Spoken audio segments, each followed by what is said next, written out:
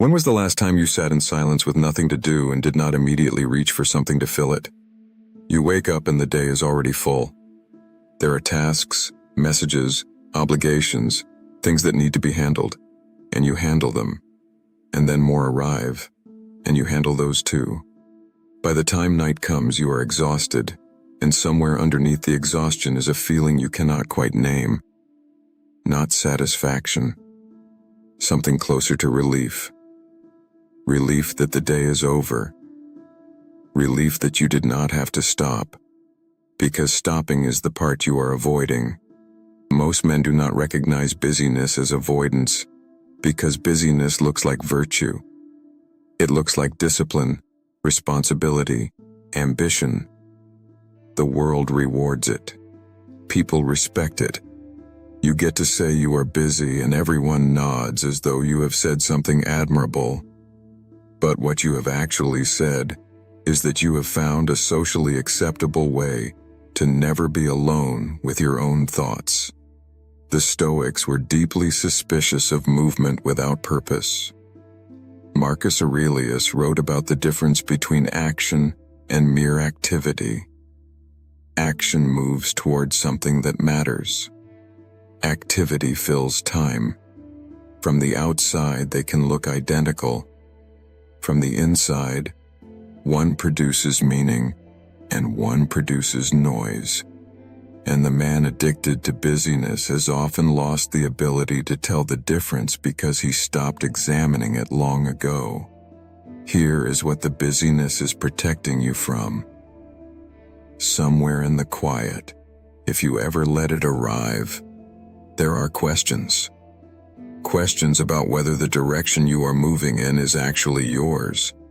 Whether the life you are building is the one you would choose if you were choosing honestly. Whether the things you are working so hard toward are things you actually want, or things you decided to want a long time ago and have not revisited since. The busy man never has to answer these questions. There is always something else to do.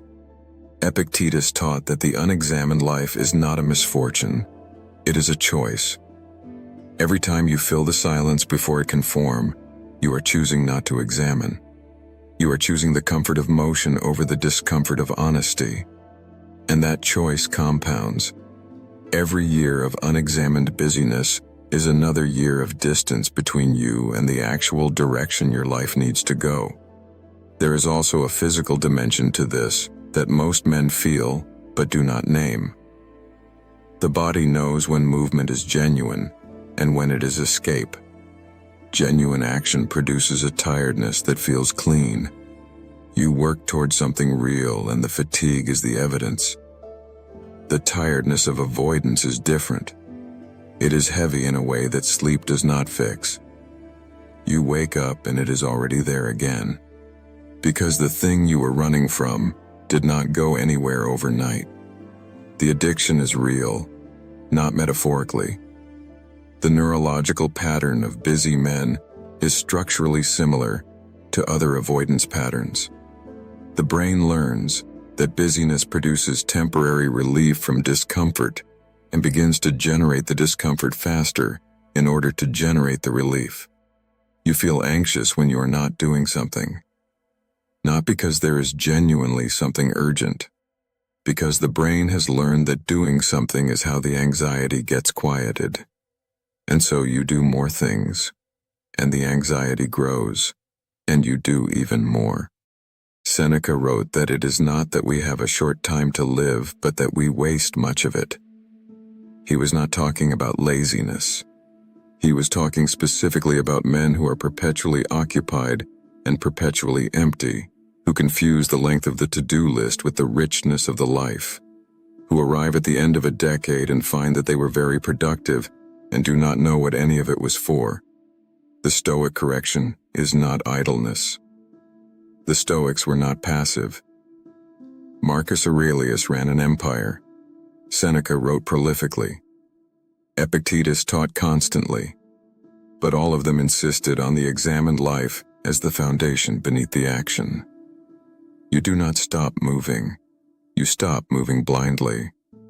You ask, regularly and honestly, what this movement is in service of. And if the answer is not clear, you sit with the silence until it becomes clear, even if the silence is uncomfortable, especially if the silence is uncomfortable. Because the discomfort in the silence is not empty, it is information. It is your own mind trying to show you something you have been too busy to see. The man who learns to sit with that discomfort, who stops filling it before it can speak, will find things there that the busy version of him could never access. Clarity about direction, honesty about what is not working. The specific thing he has been avoiding that, once faced, would change everything. You do not need a fuller schedule. You need a quieter hour, not as a reward for finishing everything else. As a non-negotiable part of the day, where the noise stops and you find out who you are when you are not performing productivity. That man, the one who exists in the silence, is the one who actually knows where he is going.